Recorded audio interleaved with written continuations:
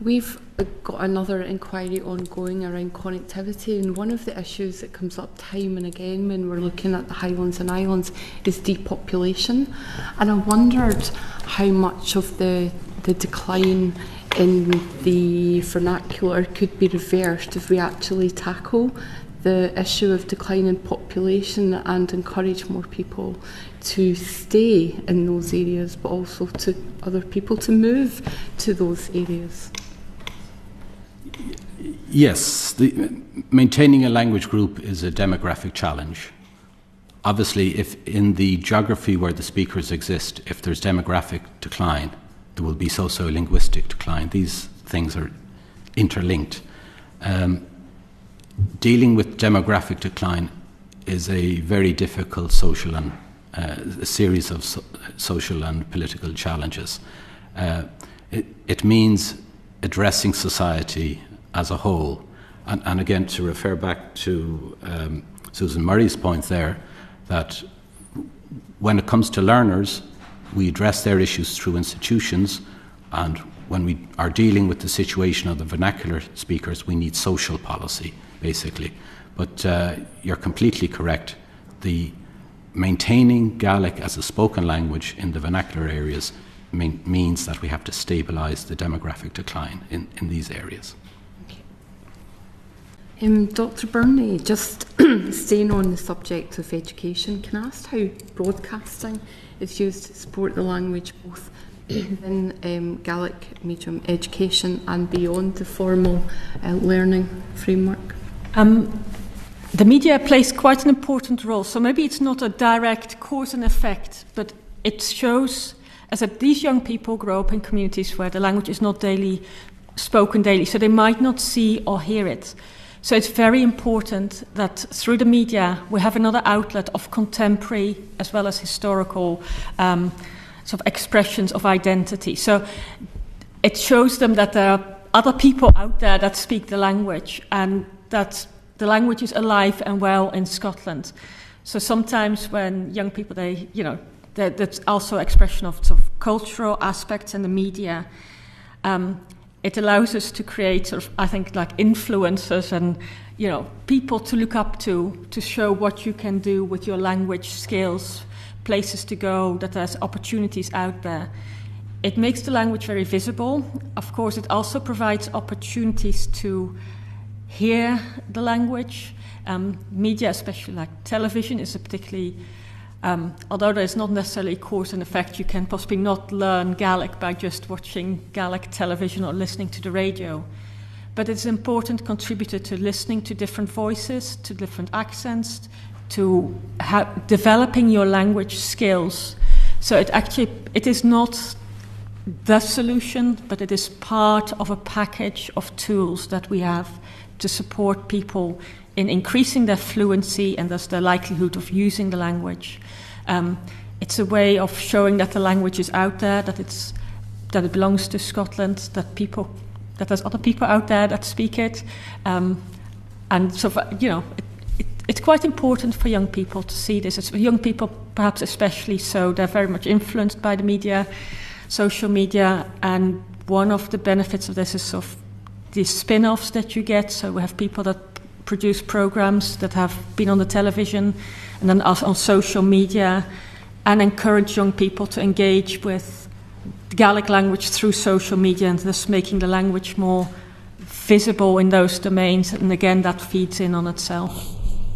And do you see that as being equally important to both the Gaelic speaking communities and new speakers? I think so. It's perhaps, so I work mostly in Gaelic medium education, so I see it very much from the perspective of new speakers, but I would also see it from, I don't like the word native speakers, but L1 speakers, perhaps, that they also can see the language being shared, the language being used. And it's part, I think we'll maybe come back to this also, it provides socio-economic opportunities, so it provides a clear pathway for individuals to get employment, and employment that is based within the Western Isles. So it kind of works on multiple levels. It's visibility, it's learning, but also socio-economic opportunities. Well, that's my next question. Sorry. Before I move on to that one, if I could just ask the Professor, to what extent does broadcasting strengthen the active language use over more passive engagement and cultural awareness? Okay. That's a very good question, because media is both a live resource or a live asset, and it creates historical content. And I think it's important here to acknowledge the enormous contribution that Gaelic broadcasters have made, particularly in the last 2 generations. As I was saying earlier, the media is a way by which we can reflect on our cultural challenges in society, and it's important that the young going through the educational system will have an opportunity to learn from that, the way we investigate and interrogate our cultural issues. But also it has created basically the support for Gaelic media has supported a very valuable cultural archive. So to an extent, the archive, because of the media, has been future-proofed despite all the current societal challenges we have at the minute. So the schools, teachers, those involved in curricular development, they can draw on that resource to make Gaelic a real cultural issue for the students attending, especially Gaelic medium education. So, and nowadays, education is so mediatised. There's so much telecommunicative developments to it. This is where the challenge for the minority language media, not just for Gaelic, that they're able to keep up with the way the sector has been transformed because of digital transformation. So it's key that a minority language media sector is able to avail of the resources to modernise as those challenges develop. I think that's a really important point you've made about, it's not just about the new speakers and growing in terms of where the media is at just now and the different opportunities, but being able to look back in that cultural archive and preserve that, because that's vital to any culture, I would have thought. But just staying with you, Professor, how important do you think the Gaelic broadcasting is for supporting regional economic development, and going back to that point about population retention in the Highlands and Islands? It's a vital sector in minority language policy, simply because of the transformation of society. The amount of time that especially young people spend tuning into different media. So if the minority language isn't there present and able to compete like other languages, the sectoral support will fall behind. So the simple answer to that is it's key. It's not the only support. We don't want the media developing into an archive just for the speakers. We want the media as a medium by which the speakers and those interested in issues of cultural diversity are able to investigate these issues collectively in more depth than had been previously facilitated. Now, I'm going to apologise in advance for my pronunciation here because I'm still working on it, but how important is the international recognition of Unchélan for raising awareness of Gaelic broadcasting and the Gaelic language? I think it's, as I started saying, it's about sharing contemporary as well as historical language and culture. And I think the programme Unchélan was particularly successful. I think it fitted into the Scandinois type detective series. What is particularly important about that programme perhaps is it wasn't completely in Gaelic, it was a mix of Gaelic and English, which possibly reflects, I think it was 70-30%, which reflects sort of the modern day way in which Gaelic speakers use the language. Very often it's not just all Gaelic or all English, it's a combination of both. It showcases that Gaelic has a place in modern contemporary society, that we can use it to produce high quality broadcasts that are attractive. It's quite a good showcase for the language. It was very successful. I think it raises the profile of the language internationally, and we know internationally there's quite a bit of interest. We've also seen it through Outlander, for example, for the Gaelic language, which in turn possibly supports, like, the tourism industry as well. It will actually attract people to the language, be an interesting event. So these people, will come because of what they've seen. But one of the things it also does, and Taylor was particularly successful, whereas maybe Gaelic might have been seen as niche, it has actually brought it very much into the mainstream. And I think that's a very, very important element. People were speaking about it. They weren't speaking about it because it was necessarily Gaelic, but it was a high-quality program that happened to be in Gaelic, and it was particularly successful because of that.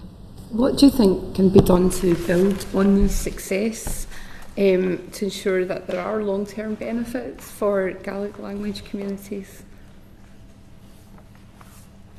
That's a very complicated question. So, because I would like to say replicate the success, but it's one of the complicated things that if you do one thing and it's successful, doing it a second time, it might not be as successful. But I think those high-quality output dramas that hit the zeitgeist, sort of hit the mark with a wider audience, are very important for the normalization process and to keep raising the profile. I think that requires creativity, a bit of knowledge about what is currently, in vogue, and it requires obviously continued investment. Antailen was quite an expensive production, but it was a highly successful production. It was high quality, and I think that quality shone through, and that's why it was so successful internationally. Thank you. Just continuing on the theme of work with BBC Alba, so MG Alba has reduced its programming hours by 28% over the past decade due to funding constraints. So can I ask what you think the impact of this has been on the overall use of the Gaelic language and engagement with Gaelic culture? And if I could put that to yourself, Mr. Dunbar. Thank you very much. It's very difficult to determine the impact on the overall use of the language of any particular initiative, either Board na Gaelic, because there are a number of interventions that are going on from different sources that will have an impact on actual language use and the vitality of the language. However, I think the impact of the pressure on funding and the ability to create new programming is a very significant one, and a significant problem that I think needs to be addressed. It has an impact, for example, not only on MG Alba and the BBC, but there's a very healthy independent sector, independent television production sector as well. And in terms of certainty and an understanding that there is steady and most importantly protected funding stream is very important in creating some certainty about forward planning in the sector. So that's very important. The range of programming as well is very important. There are some genres in which we know could be increased with more funding that are very important. We have to remember that the Gaelic viewing public are as diverse in terms of their interests as the wider population. And the range of programming is extremely important. And then the repeat programming has already been mentioned. People, I think there's a great loyalty to BBC Alba, and the research that's been done on the channel shows that there is a very great sense of loyalty to the channel. But it's very important that the range of programming and the amount of programming is protected and indeed expanded upon. What are the risks to BBC Alba and the wider landscape of Gaelic use if the funding remains static? Well, I think again, in terms of the ability to create more and more varied and interesting programming, that will be limited. We have to be able to serve the needs of a very diverse community as well as possible. The unpredictability in terms of funding creates the jobs in Gaelic media are certainly attractive jobs to Gaelic speakers, of particularly young people, but uncertainties about the security of funding acts as, I think, a weight upon the ability to continue to attract people into the media sector. That's something that's true, of course, of other areas of Gaelic development. But that will ultimately have an impact on the variety of and the amount of programming that's available. And I think because the service is an excellent service at present, but as we mentioned before, there are many other things that a properly funded service could be doing, and we might expect to be doing. In the media sector, the concept of a wide range of programming is extremely important in terms of making the media offer attractive to people. And in Gaelic radio, which is much more developed in terms of the hours of broadcasting and so forth, we have that greater range of programming available. We need it in television as well. Okay. I just want to go back very briefly and very quickly, because I'm mindful of time, to a point that a couple of colleagues had raised.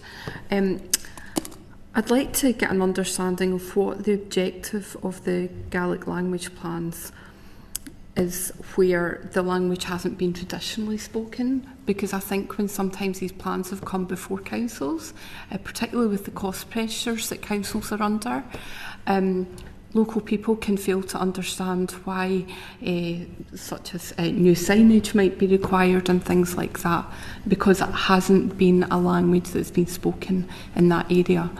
So I just wonder what the objective is, and being mindful of the comments made in the first panel that there is a decline in first language speakers and a rise in the new speakers, if you like.